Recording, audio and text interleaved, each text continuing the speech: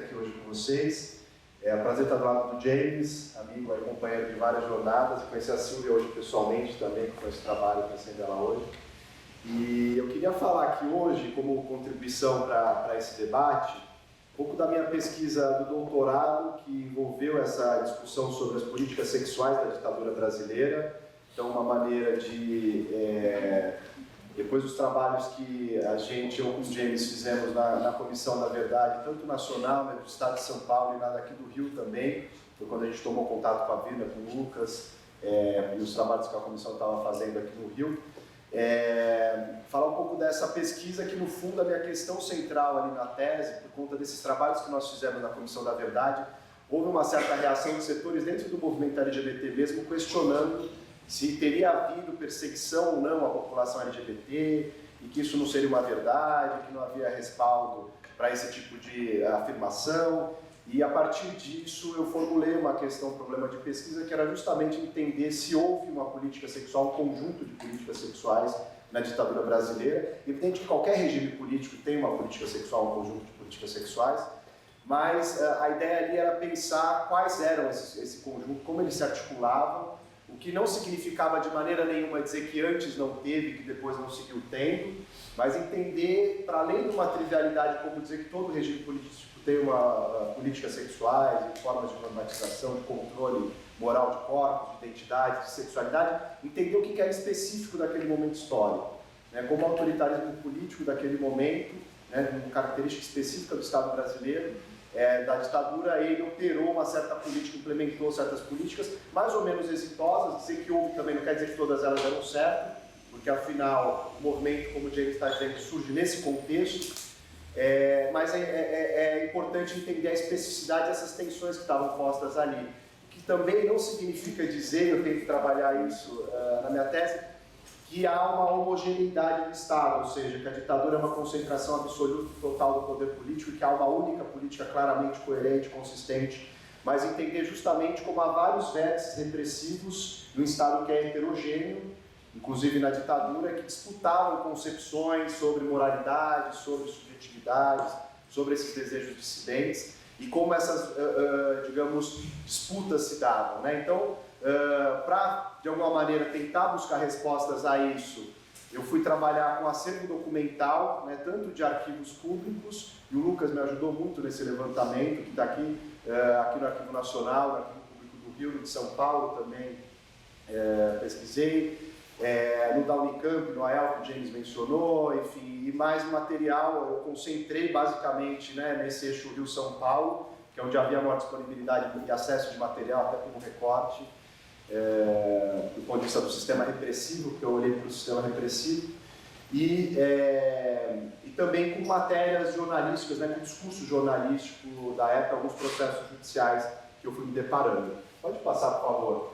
E aí parece eu queria começar com uma colocação do Cid Furtado, que foi um deputado arelista, que em 1977, quando estava havendo um debate sobre aborto no Congresso Nacional, ele é o relator, um deputado conservador, profundamente conservador, um deputado gaúcho, da elite gaúcha, e que vai, obviamente, fazer um relatório contra a aprovação do projeto do aborto, mas ele vai dizer essa frase que, para mim, sintetiza algo do que há nesse conjunto de políticas sexuais da ditadura brasileira, em várias das suas camadas, contradições que talvez não dê para explorar nessa fala inicial, porque a minha ideia é passar por alguns documentos que nos permitem, iluminando um pouco essa questão, dando contornos mais claros para ela, mas a gente pode depois no debate aprofundar melhor a análise disso, enfim. Mas ele dizia lá em 77 que desenvolvimento e segurança nacional não se estrutura apenas com tratores, laboratórios ou canhões. Por detrás de tudo isso está a família una, solidária, compacta, santuário onde pai, mãe e filhos plasmam o caráter da nacionalidade. Ou seja, essa ideia de que a família é o cerne, a estrutura central, o núcleo, né, a partir do qual se estrutura, é a família patriarcal, obviamente, burguesa heteronormativa, que é a partir dela que a sociedade toda e a segurança nacional, inclusive, vai se estruturar. Pode passar, por favor. E se a gente olha daí para analisar e organizar esse conjunto de documentos e de referências, dá para a gente trabalhar com essa ideia que o Carlos Fico, professor aqui da UFRJ, desenvolve, alguns outros historiadores também trabalham, de um projeto repressivo global, ou seja, entender a ditadura a partir de alguns eixos que organizavam essa atividade repressiva. desde a espionagem, né, sistema de vigilância de informações, que se produziam dossiês sobre as pessoas, envolvendo inclusive dimensões da individualidade, da subjetividade, das práticas sexuais, das identidades. Isso informava a ação da polícia política, né, a maneira como se organizou um aparato repressivo mais visível, daí que aí aparece mais nesse circuito político, ou que parece mais com o circuito político da repressão, né, aquele que se direcionava para os perseguidos acusados de subversão política, no sentido estrito comunismo, enfim, né, que aí é o aparato policial mesmo, as delegacias, os processos militares, assim por diante, os inquéritos policiais militares. Os dois níveis de censura, né, tanto na imprensa, que é caracterizada muitas vezes como uma censura política, quanto a censura também de diversões públicas, que é tida como uma censura moral. Evidentemente que essa separação é bastante problemática, e eu tento também debater na tese a limitação desse tipo de distinção, mas são duas dimensões, digamos, de uma atuação da censura voltada para a imprensa, sobretudo a imprensa escrita, os jornais, e essa outra da diversão pública, que pega teatro, entretenimento, né, vários outros tipos de música e outros tipos de linguagens artísticas.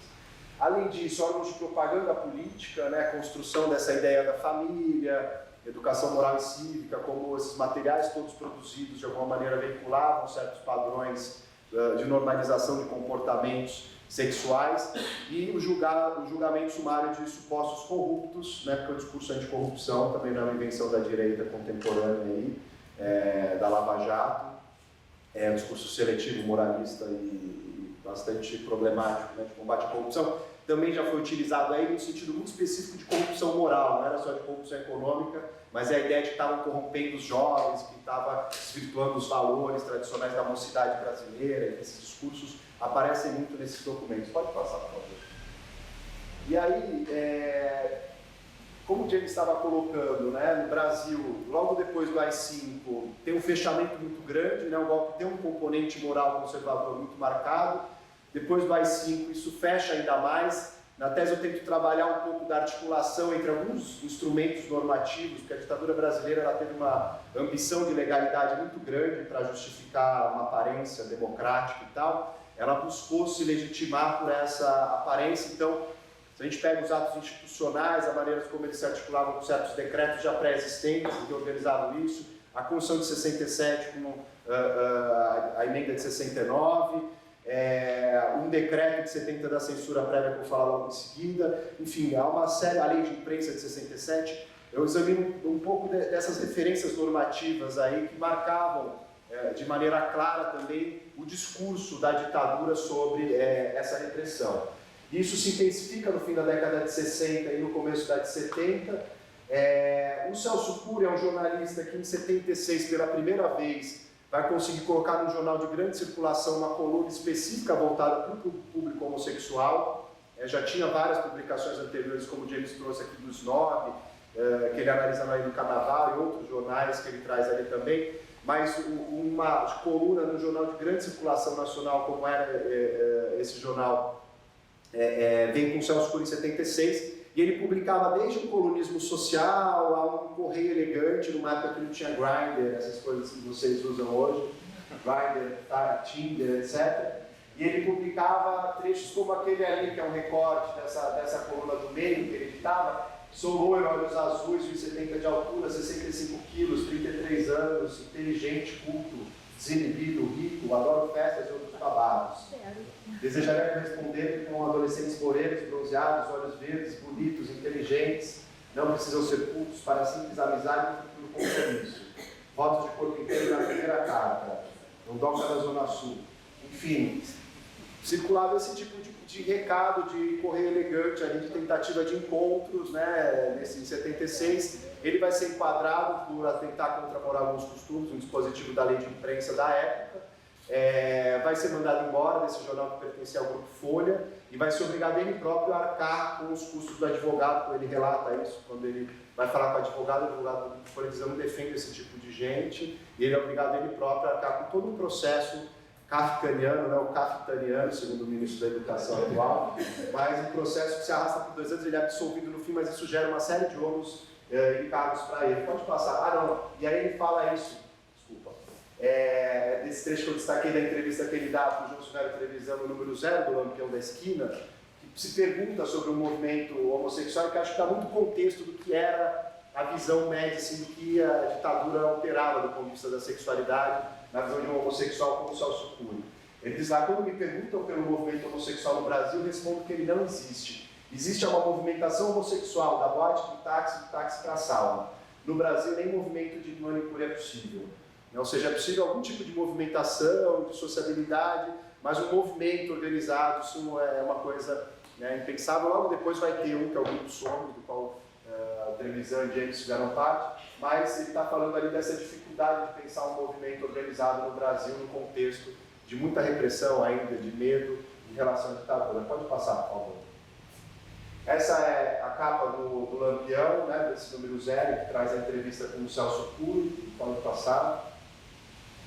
Esse é o decreto que eu mencionei, o 1077 de 70, que às vezes esses textos legais eles são super chatos de ler, mas eles são interessantes pelo conteúdo ideológico também, eles às vezes deixam muito patente na linguagem, no discurso ali, que os produzem, sobretudo não no texto legal, mas nos considerando, que esses trechos que antecedem todo o texto normativo vem considerando que aponta as razões do porquê aquele texto foi promulgado, foi editado. E esse decreto, ele traz muito bem isso, ele buscou regulamentar o artigo 153, o parágrafo 8º, que falava que não eram toleradas publicações contrárias à moral e aos bons costumes, e aos costumes.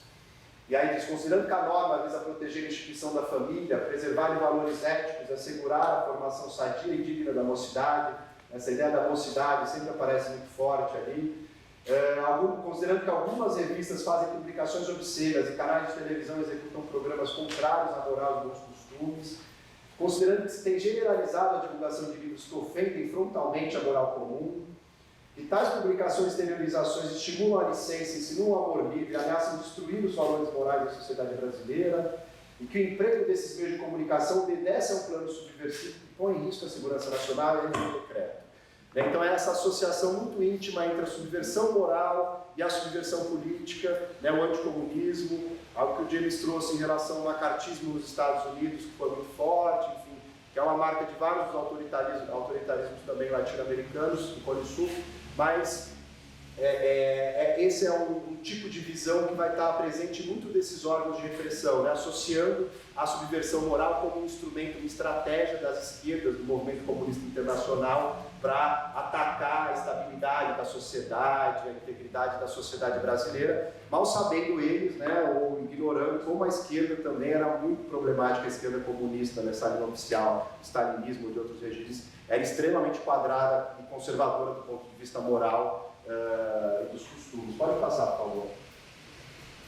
E aí alguns documentos, né, que apontam isso, tem alguns outros estão aqui, inclusive na exposição, recomendo vocês darem uma circulada, quem ainda não fez, mas tem uma gaveta ali que está com alguns documentos específicos da LGBTfobia durante a ditadura, mas esse é um relatório sobre imprensa gay, né, do CNE, ali em cima, de 78, e que vai para o sistema de informação, enfim, para o Ministério da Justiça, e ali é uma notícia que sai no Correio Brasiliense dizendo justamente do lançamento do Lampião da Esquina, que é esse jornal que vai circular a partir de abril de 78 até 81, e que vai tematizar várias questões, né, sobretudo a questão homossexual, mas que passa por vários outros grupos, entre aspas, minoritários aí. E aí eles dizem aqui, né, que as indicações da breve notícia permitem antever a circulação dirigida de mais uma publicação que abrangerá temas atentatórios à moral e contestatórios à ordem e ao regime, ao se propor a defender não só homossexuais como atividade normal, mas também setores marginalizados da sociedade. E aí diz todo mundo que fazia parte, deve ser Penteado, Gasparino da Mata, Aguinaldo Silva, Jean-Claude Bernabé. Pode passar, por favor. E aí analisa mais alguns outros dispositivos dessa imprensa gay, que se chama, e aí vem a conclusão desse relatório, né, de que, mais do que propaganda, é notado um esquema de apoio a atividades homossexuais, em órgãos de imprensa sabidamente controlado por esquerdistas, aliando-se este fato à intenção de homossexuais se organizarem em movimentos e ocupar um lugar certo, inclusive politicamente. Isso o Aguinaldo diz, né, de ocupar um lugar certo, inclusive politicamente, é na entrevista que ele fala sobre o Lampião. Pode-se estimar alto interesse comunista no proselitismo em favor do tema. E causa estranheza que uma reportagem dessa natureza seja publicada em revista de venda livre nas bancas, sem qualquer restrição quanto à idade de eventuais leitores. Se é verdade que maior liberdade foi dada à imprensa dentro de uma diretriz política, que já era de liberalização, não é menos verdade que o uso exagerado da liberdade deve ser proibido quando estão em jogo preceitos morais e éticos que são o sustentáculo da família brasileira, a principal célula de resistência ao avanço de ideologias espúrias. Então, mais uma vez, essa associação muito íntima na tentativa desse movimento comunista de instrumentalizar a destruição da família tradicional como um modo de atacar a própria ditadura, o próprio regime capitalista e assim por diante. Esses documentos são vários nesse sentido, que apontam essa visão. Na minha tese, eu também sustento uma ideia de que a liberalização política ela foi compensada por um certo endurecimento moral nesse momento, porque é visível nesse período do fim da década de 70 no contexto de liberalização e maior circulação de alguns materiais e publicações também fica muito mais claro, tentativa de controle para apresentar para a sociedade brasileira está se abrindo o regime, mas nem tanto, as questões morais vão ficar preservadas, então tem uma construção interessante que dá para ser pensada a partir também dessa ambiguidade do regime com as questões morais. Pode passar, por favor. E aí são vários casos de censura, apresentar alguns documentos, isso é sobre livros proibidos, que vai para as ASIs ali, que tinham ligadas às várias universidades federais, as listas de livros que não podiam circular, ali tem Piauí, Pará, Santa Catarina, Paraná, Minas Gerais, Rio Grande do Sul, várias delas, Acre.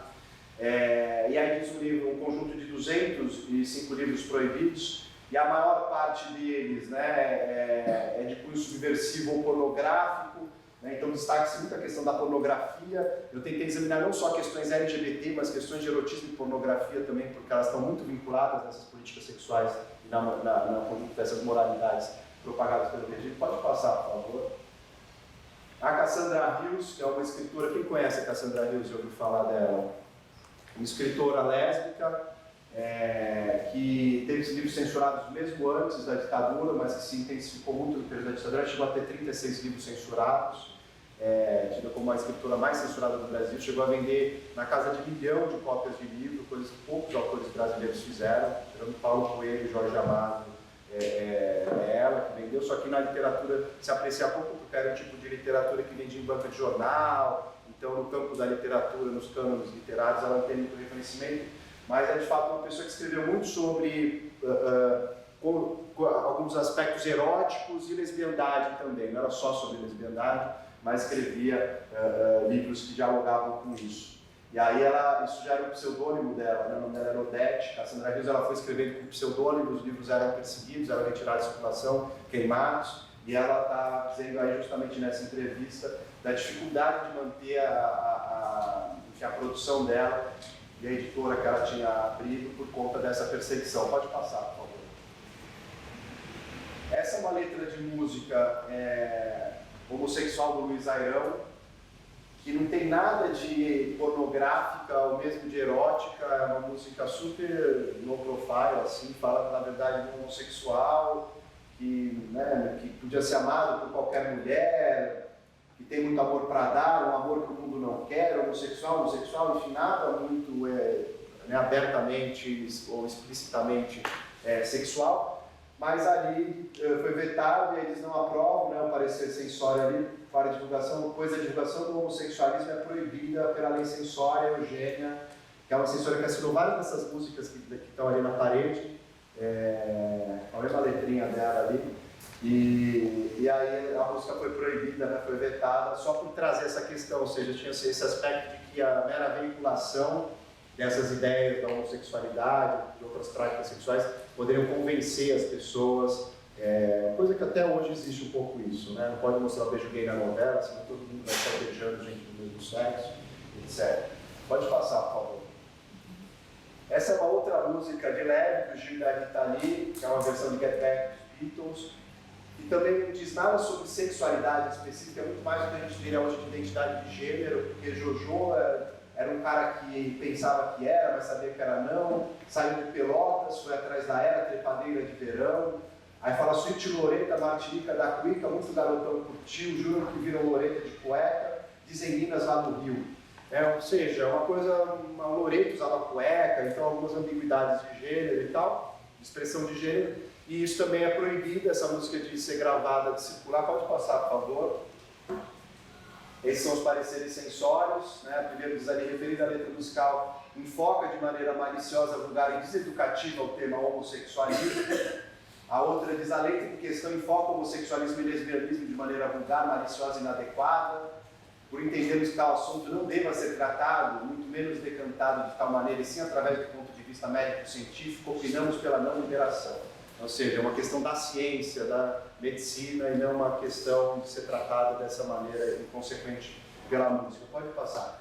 E os censores tinham essa margem, que é interessante notar também, porque essas regulações todas, né, essa camada da regulação do discurso oficial e de certos órgãos do sistema de informação que tinham uma posição muito clara, anticomunista, associada a essa subversão moral, vai se juntar na mão dos censores também, que tinham uma margem muito grande de interpretar esses textos, que a censura é algo muito vago, subjetivo, então eles agenciavam muito esses dispositivos nos casos concretos, né? Então é interessante notar como as observações acompanham sempre de uma opinião pessoal. Aqui tem uma que o Lucas estava chamando a atenção ontem, que a gente veio aqui copiar a exposição, que é o censor coloca maliciosíssima, a letra é maliciosíssima, o negócio, né, superlativo, assim.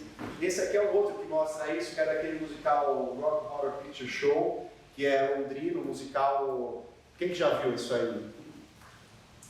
Tem no Netflix uma versão nova, mas ele é dos anos 70 e é uma coisa meio de comédia, um musical de comédia, terror, assim, e que foi muito regravado e, enfim, passou, acho que é o filme que mais ficou em sala de cinema na história, assim, um negócio super visto, e chegou nesse momento no Brasil e é uma história meio doida, de um casal de namorados que o carro fura o pneu na estrada, uma noite chuvosa, e aí se dirigem para um castelo, e o cara do castelo lá é um terráqueo travesti que recebe os dois, e está tendo uma convenção anual, um monte de gente vestida com umas roupas lá e tal. Ele acabou de criar um Frankenstein super gostoso, um cara super másculo, que eles ficam transando com todo mundo, quer transar com ele, fica uma história completamente assim, erótica, pornográfica, né, e tal. E aí a censora que analisa esse caso, ela faz esse parecer que eu reportei ali, dizendo sobre androginia, né? Como androginia entende-se a bissexualidade no mundo mítico, mitológico, como fórmula mítica da totalidade psíquica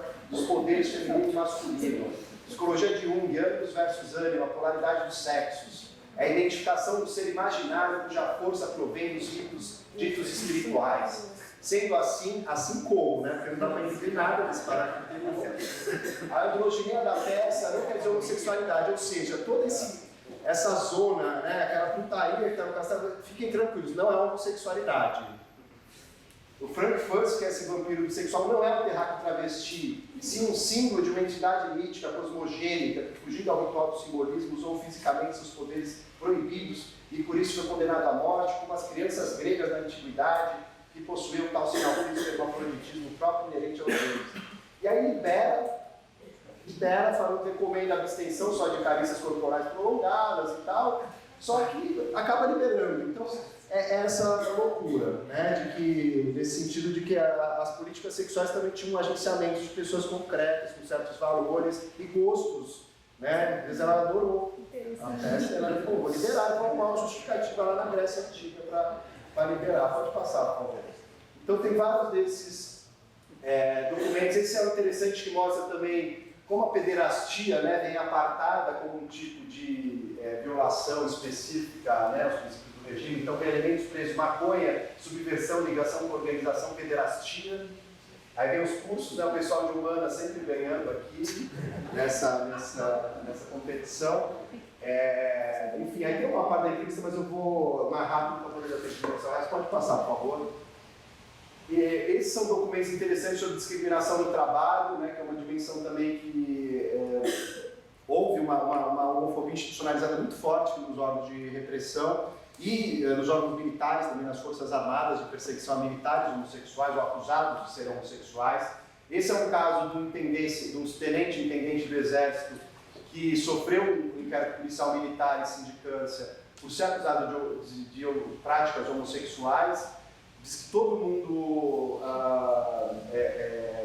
foi concorde, né, os colegas, em afirmar que ele era homossexual, chefes dizendo com os companheiros, subordinados, mas não tem nada no processo efetivamente administrativo que mostre isso, não tem depoimentos, nada, mas se diz que teve, né? Então não dá para saber se era uma acusação que era real, se ele era homossexual, se também foi só uma coisa inventada para poder perseguir. Isso tem uma mobilização também dessas questões morais para perseguir dissidências políticas. Mas fala que ele praticou ato, emitiu conceitos imorais perante os subordinados que degradam sua condição de homem, envergonham seus pares, endoam o decoro da classe, ofendem o pudor militar, considerando que face à desmoralização e degradação que chegou justificando sua permanência na ativa, só poderá trazer deletérios efeitos para a disciplina da tropa e o no exército. E aí se ratifica a decisão de desligamento dele, né, das Forças Armadas. Quem assina é o general Túlio Costa Silva, que depois de ser ditador, ele era ministro do Exército. Então havia essa visão muito clara, inclusive porque se desdobrar no Brasil não tem criminalização da homossexualidade, desde 1830, com a independência e o Código Criminal do Império, não tem mais, mas para os militares tem, tinha até muito recentemente. Uma das coisas do trabalho que a gente fez na Comissão da Verdade foi a única recomendação que entrou entre as recomendações gerais, foi justamente essa de revogar o artigo 235 do Código Penal no Militar, porque ele criminalizava as práticas de pederastia, ainda para os militares. Está intimamente relacionado com esse tipo de discurso aí, de desmoralização, degradação, envergonhar o Exército, etc. Pode passar, por favor. Isso também no âmbito civil, né? Isso é dentro da Petrobras, uma divisão da Petrobras no restaurante, que o cara é a ficha de investigação sociofuncional do empregado, e aí ele é dispensado, tem um campo aqui dispensa, por ser possuidor de trejeitos femininos, ele tem seu homossexualismo passivo, ou seja, afeminado, então ele era passivo, conceito geral bom, trabalhou normalmente no restaurante, mas foi demitido porque apresentava a característica homossexual passiva. E já vem outro empregado mais antigo com a mesma tendência pederasta, poderia ocasionar rejeição no restaurante. Então já tinha um, uma cota, então não podia ter o outro, o segundo, e mandar ele embora, apesar de ser um bom funcionário. Pode passar, por favor. Esse outro é a mesma coisa, que é transferido e depois mandado embora, mas fala que é reconhecido como um elemento pederasta passivo no local do trabalho, defende a tese de reconhecimento do terceiro sexo e varia as cores do cabelo, deixando muito a desejar, né? Então, essas questões muito aparentemente triviais, pequenas, que eram levadas em conta nesses dossiês que eram produzidos. Pode passar, por favor.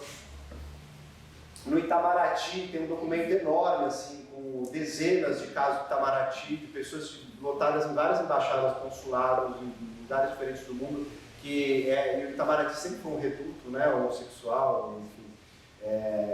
Teve um que a gente apontou nesse relatório da Comissão da Verdade de 69, que foi uma comissão de investigação sumária que Magalhães Pinto instituiu e que 7 homossexuais entram ali num conjunto maior de diplomatas que foram caçados. O próprio Vinícius de Moraes vai nessa leva, mas o dele não era por homossexualismo, era por alcoolismo, né, em 69. Mas isso segue depois, isso daí já é dos anos 70, e é uma relação de vários deles e um pouco da vida íntima deles nesses lugares em que viviam, das práticas sexuais. E aí diz, por exemplo, que esse Ricardo Joper era conhecido como, nos seus pares, como Anitta, ou outro, Sérgio Caldas, ali de baixo, declara ser ele próprio uma prostituta, né, e falava das práticas sexuais, apelidos que eles tinham, ou seja, se produzia toda uma série de informações sobre essas pessoas e a vida íntima delas. Pode passar, por favor. Na televisão também há muito essa perspectiva. A televisão era o principal meio, né, já de comunicação de massa, então tinha o receio de invadir os lares, então um impacto muito grande, então uma regulação muito forte desse ponto de vista do que era exibido na TV. Aí ele fala dos homossexuais que apareciam nos programas de auditório, que eram os programas clássicos da família brasileira. Então fala lá que o Clóvis Bornai no programa Silvio Santos, o Denner no Flávio Cavalcante, o Clodovil no Buzina do Chacrinha, que além da masculinidade dúbia dos citados personagens, confirmada pelos trejeitos femininos, expressões faciais duvidosas e voz em falsete, procura-se apresentá-los como entendidos, sumidades, criando em torno dos mesmos uma imagem socialmente aceita e respeitável, né? Então, essa ideia de criar uma aura, uma imagem de referência pública que seja respeitada, que seja normalizada, esse tipo de identidade. Pode passar, por favor. E esse relatório, né, pede um endurecimento da censura de um órgão específico para o Ministério da Justiça, dizendo que é do DPF, do Ministério da Justiça, para ver o endurecimento da censura. Pode passar. Vai haver até E é interessante notar, né, que também essas políticas sexuais elas não se davam só pela repressão, né, pelo menos desde o Foucault a gente sabe, se dá muito claro de que a sexualidade no campo do poder ela não é só uma interdição, uma proibição, uma negatividade, mas o poder também é positivo, ele faz produzir discursos, incita, né, determinadas práticas, etc. Então aí é interessante porque fala já em 85, no período final da censura, e aí fala que pode apresentar travestidos de homem e mulher aparentemente homossexual, em atitude ostensivamente afeminada ou masculinizada. A quantidade de advérbios de modo aí é gigantesca, né? O que é alguém aparentemente homossexual, respectivamente, atitude ostensivamente afeminada ou masculinizada, ou seja, ninguém sabe o que é, só quem for analisar mesmo, o censor que for analisar. Mas isso pode passar depois das 21 horas, né? E o tratamento cênico não pode ser ofensivo à dignidade humana do apresentado, ou seja, se censura em nome da dignidade humana do apresentado, mas também não pode ser apologética, né? Então é uma tentativa que mostra certo deslocamento, porque também é um período muito grande. Né? Falar desse período de 64 até 88, que é até quando vai essa documentação da censura, tem deslocamentos também interessantes nesses períodos, que é uma questão que eu acho que merece ser aprofundada ainda. Pode passar, por favor.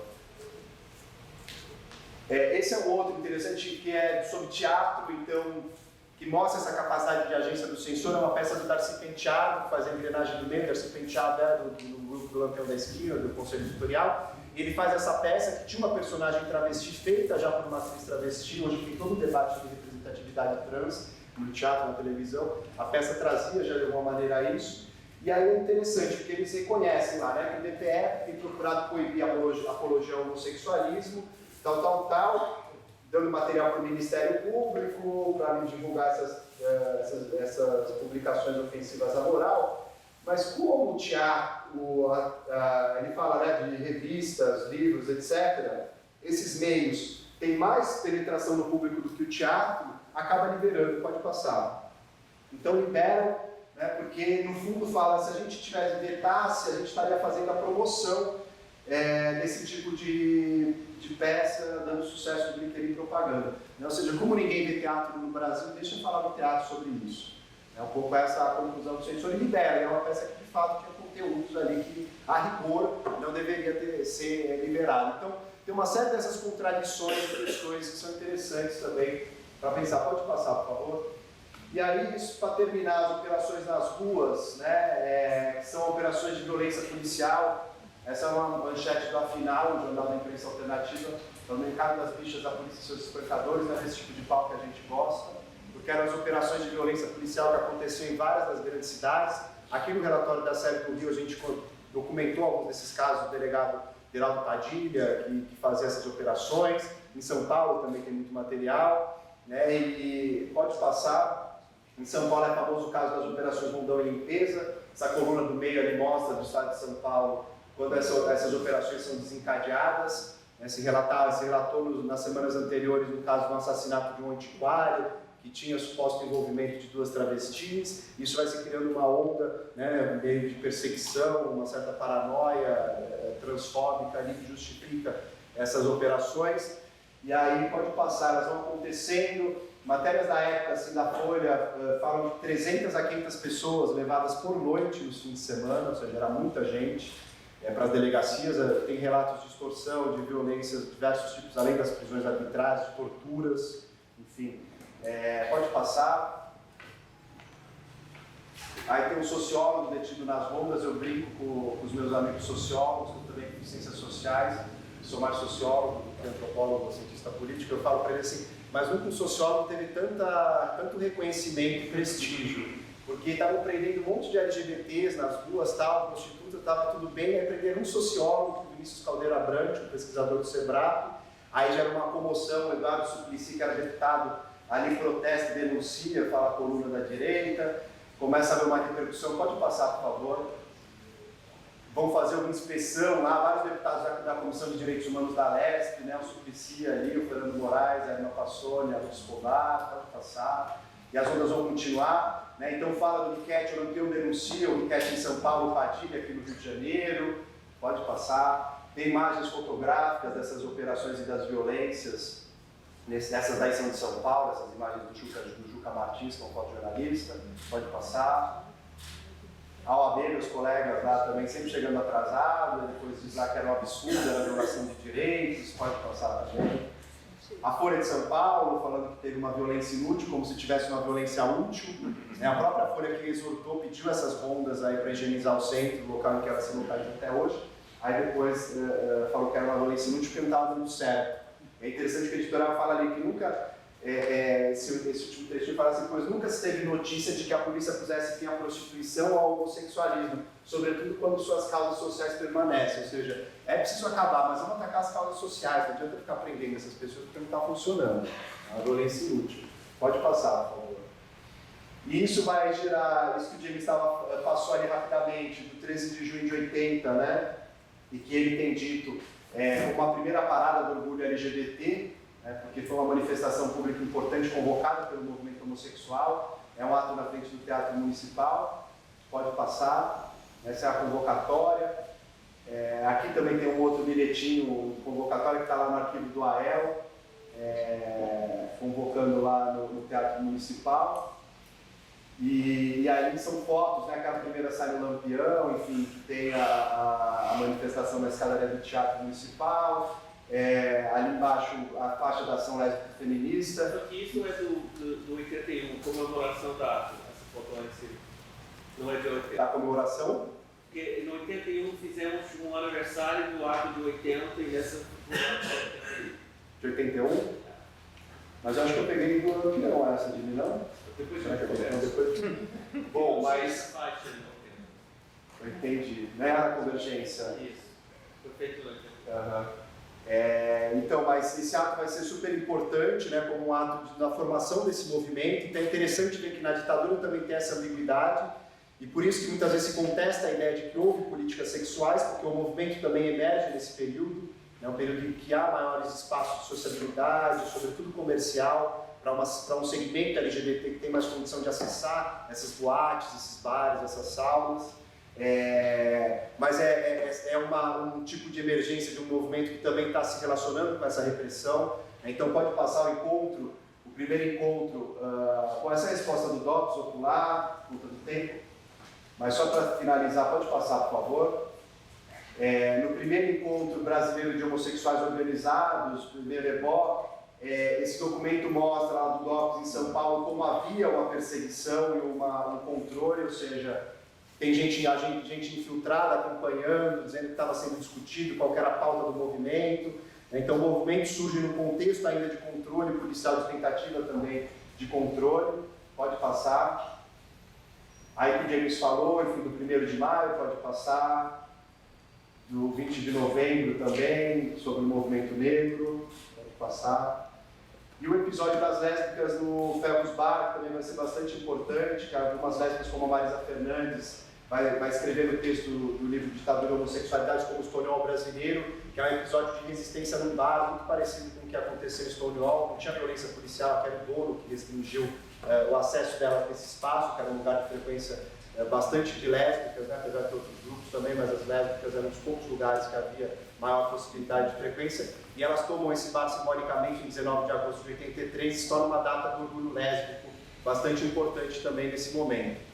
Então, para finalizar mesmo, é um cenário que traz alguns elementos que permitem um pouco nesse mosaico, ajudar a organizar um pouco esse quebra-cabeça de uma questão que é extremamente complexa, porque no fundo a ditadura tem um período muito grande de extensão, há deslocamentos internos, tem disputas de órgãos específicos desses vértices de repressão sobre o discurso que valeria mais, ou seja, que seria mais implementado. Você tem agenciamentos concretos desses agentes públicos em relação a essas normas e essas diretrizes superiores, né? Então tudo isso de alguma maneira dá um pouco, eu quis trazer esse cenário de uma complexidade de como se pode pensar um conjunto de políticas sexuais mais ou menos consistentes, mais ou menos coerentes nesse contexto de uma complexidade da atuação da ditadura. E aí eu paro por aqui para a gente ver assim.